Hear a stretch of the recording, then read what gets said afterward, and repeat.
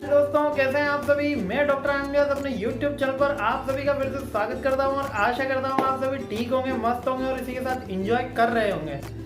आज मैं दोस्तों आपके लिए बहुत ही एक इम्पोर्टेंट वीडियो लेकर आया हूं। इसके अंदर हम बात करने वाले हैं साउथ कोरिया और नॉर्थ कोरिया के बारे में। जैसे कि आपने सुना ही होगा कि दोनों के बीच में जंग चलती रहती है। साउथ कोरिया को अलग पार्टी सपोर्ट करती है, नॉर्थ कोरिया को अलग पार्टी सपोर्ट करती है। तो ऐसा क्यों है? क्या आपने कभी सोचा कि कोरिया एक कोरिया क्यों नहीं है हमारे दुनिया के अंदर? क्यों साउथ कोरिया नॉर्थ कोरिया है? क्यों इनमें पार्टीशन हुआ? ऐसे बहुत सारे क्वेश्चंस हमेशा मेरे माइंड में रहते थे और बहुत सारे एग्जाम्स में भी ये पूछा गया है। बहुत ही एक इम्पोर्टेंट वीडियो रहने वाला है। इसके अंदर मैं ये भी बताऊंगा कि कैसे जापान ने रशिया को हरा दिया। हाँ मेरे दोस्तों, जापान ने रशिया को हरा दिया था 1904 के अंदर। तो आज हम ये डिटेल में बात करेंगे कि कैसे साउथ कोरिया और नॉर्थ कोरिया बने और कैसे जापान ने रशिया को हरा दिया। तो आइए अपना वीडियो शुरू करते हैं। Let's start.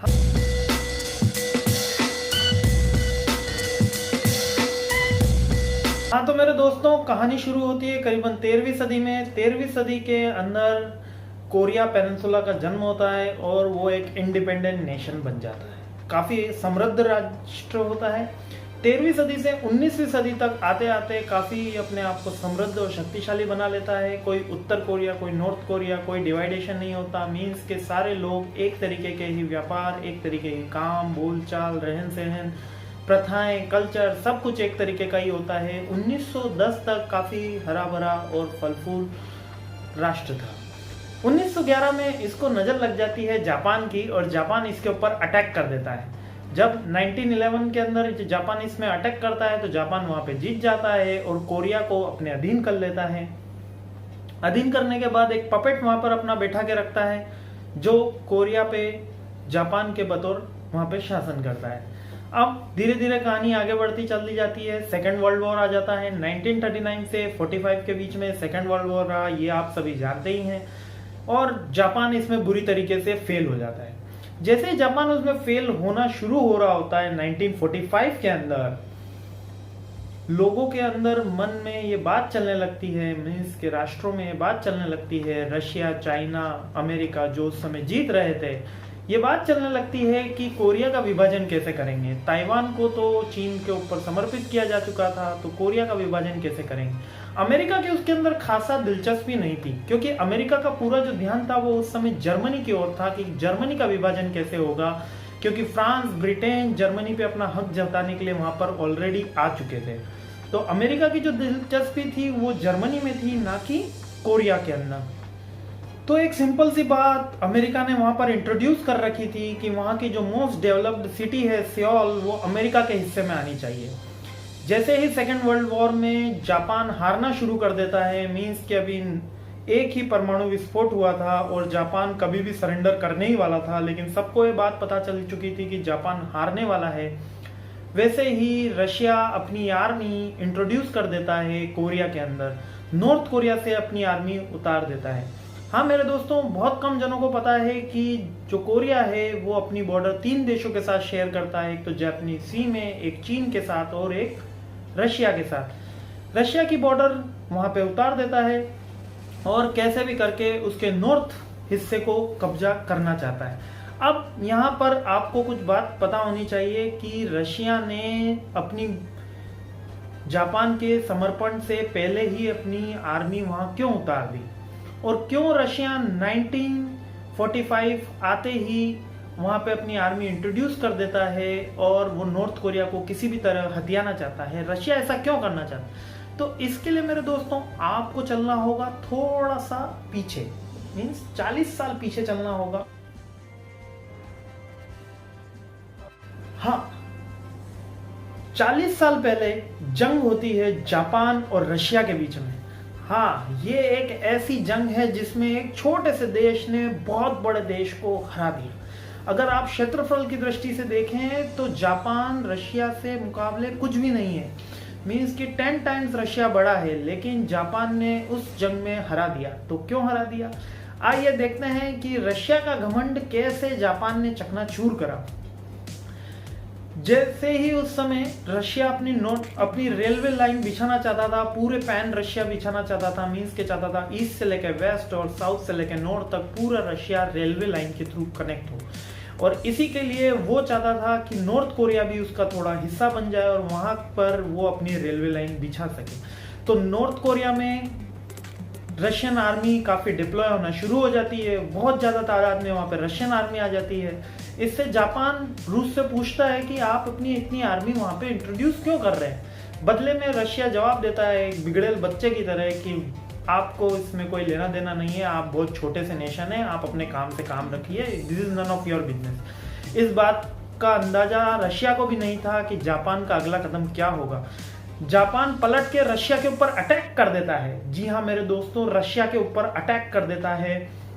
रशिया संभल भी नहीं पाता क्योंकि उसके पास वहां पर उतनी आर्मी नहीं डिप्लॉय थी नॉर्थ कोरिया में।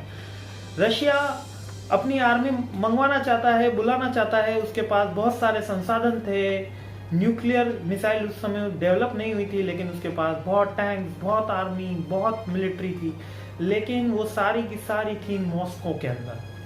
मॉस्को से रेलवे लाइन नॉर्थ कोरिया तक कनेक्ट नहीं थी, तो रशिया अपनी आर्मी वहां पर नहीं भेज पा रहा था और जापानीज ने वहां पर अटैक मचा दिया। अब वो सी के रास्ते से भेजने की कोशिश कर रहे थे कि अगर सी के रास्ते से अगर हम भेज देंगे तो भी हम जीत जाएंगे रंग। सी के रास्ते से भेजने की शुरुआत तो उन्होंने करी, लेकिन रास्ते में उनको मिल गए ब्रिटेन के कुछ जहाज। अब इसमें गफलत क्या हुई कि उन्होंने ब्रिटेन के जहाज को समझ लिया जापान के जहाज और उन्होंने उसको डुबो दिया।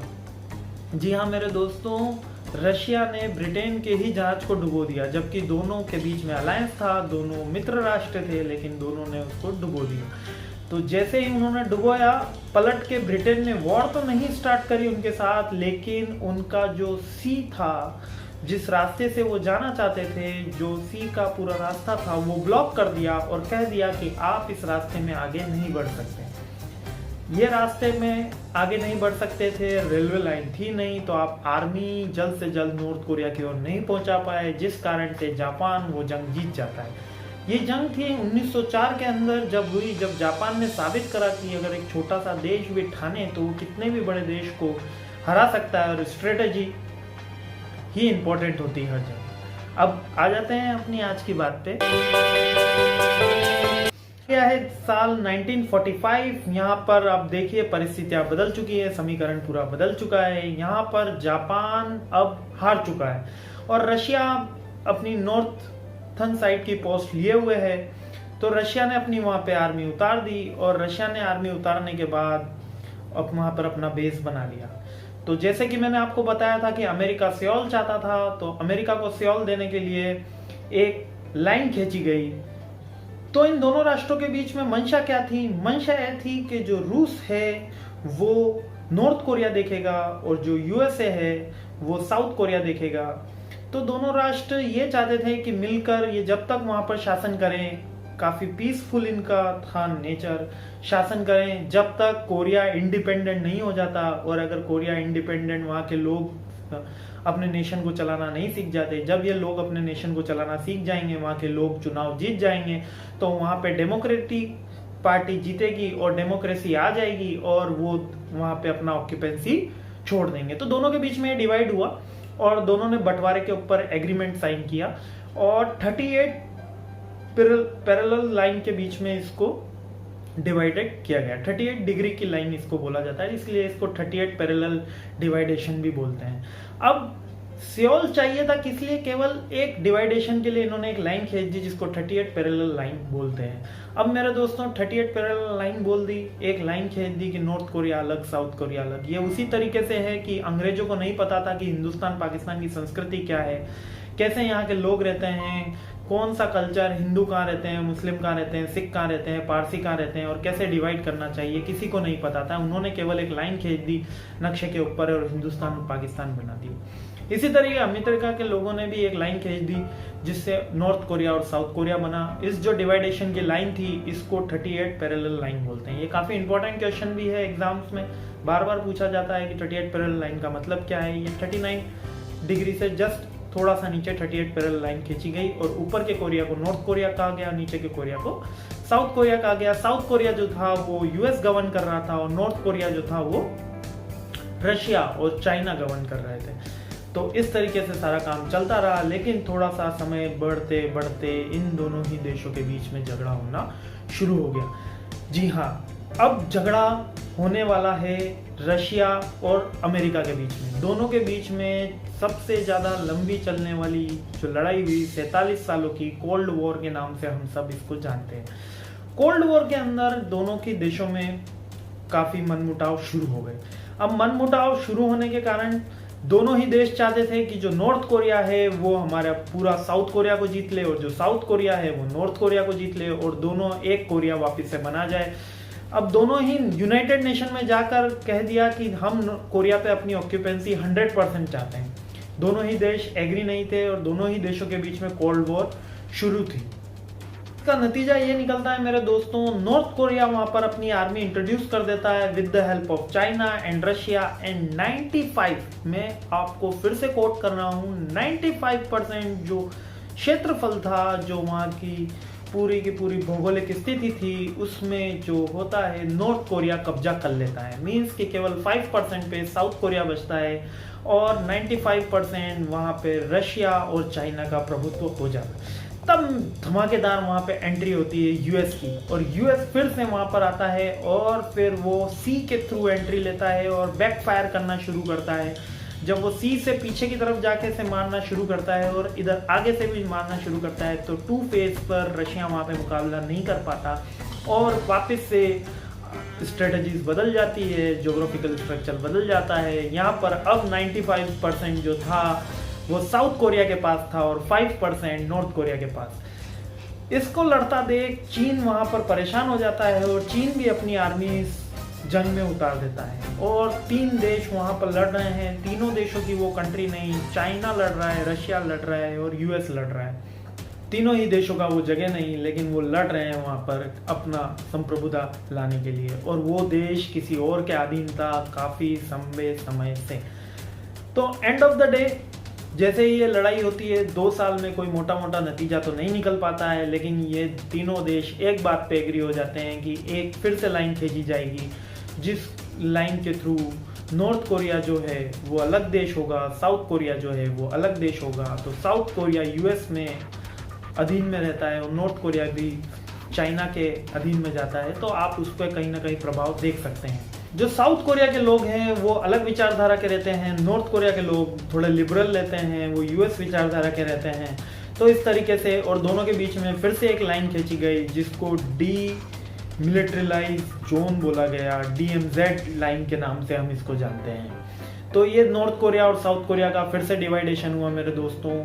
और एक बार इन्होंने कोशिश भी करी थी कि ये वापस से यूनाइट होकर एक कोरिया पेनिनसुला बनाए और यहाँ तक कि साउथ कोरिया की गवर्नमेंट एक फंड भी रखती है, इमरजेंसी फंड भी उन्होंने रख रखा है कि किसी न किसी दिन यदि नॉर्थ कोरिया वापस से हमारे अंदर मिलता है तो वो फंड जो होगा वो वहाँ के लोगों के काम आएगा, क्योंकि नॉर्थ कोरिया की हालत काफ़ी ख़राब है। वहाँ के लोग यदि आएंगे तो उन सब की जो लाइबिलिटी होगी वो साउथ कोरिया गवर्नमेंट की होगी। तो उनका इंफ्रास्ट्रक्चर देना, एजुकेशन देना, हेल्थ केयर में वर्क करना, तो ऐसी बहुत सारी चीज़ें होंगी मेरे दोस्तों। तो अब बात आगे बढ़ाते हैं। दोनों के बीच में डीमिलिट्रिलाइज जोन बन चुका है। अब दोनों ही देश अलग हैं, साउथ कोरिया और नॉर्थ कोरिया। इसलिए उन दोनों के देशों के बीच में हमेशा ही झगड़ा चलता रहता है, क्योंकि एक जगह सपोर्ट करता है चीन और दूसरी जगह सपोर्ट करता है यूएस। अब इसमें एक क्वेश्चन आपके मन में जरूर आया होगा कि रशिया ने अपनी आर्मी वहां पर उतारी, यूएस ने अपनी आर्मी वहां पर उतारी, लेकिन दोनों ने वहां की लोकल पार्टियों को हेल्प करी। दोनों क्यों नहीं डायरेक्ट वहां पर लड़ लिए? रशिया वर्सेस यूएस क्यों नहीं हुआ वहां पे डायरेक्टली? वो मेरे दोस्तों इसलिए नहीं हुआ क्योंकि सेकेंड वर्ल्ड वॉर खत्म ही हुई थी। दोनों ही न्यूक्लियर पावर देश थे, दोनों के पास न्यूक्लियर शक्ति थी, दोनों परमाणु संपन्न देश थे। यदि दोनों देश लड़ते तो वर्ल्ड वॉर 3 होना लगभग तय था और इतना बजट भी नहीं था। दोनों ये अफोर्ड नहीं कर सकते थे कि दोनों के दोनों वहां पर उस समय लड़ें, क्योंकि उस समय वियतनाम वॉर, अफगानिस्तान वॉर चल रही थी। अफगानिस्तान वॉर के में सोवियत संघ की काफ़ी बुरी तरीके से हार भी वहाँ पर होती है, तो काफ़ी खिरकिरी भी हो जाती है। अफगानिस्तान वॉर की बात किसी और दिन किसी और वीडियो में करेंगे। तो मैं हूं डॉक्टर आनंद व्यास, आपका दोस्त। कैसा लगा मेरा वीडियो जरूर बताइएगा, और कोई डाउट और कोई क्वेश्चन हो तो जरूर बताइएगा। Feel free to comment.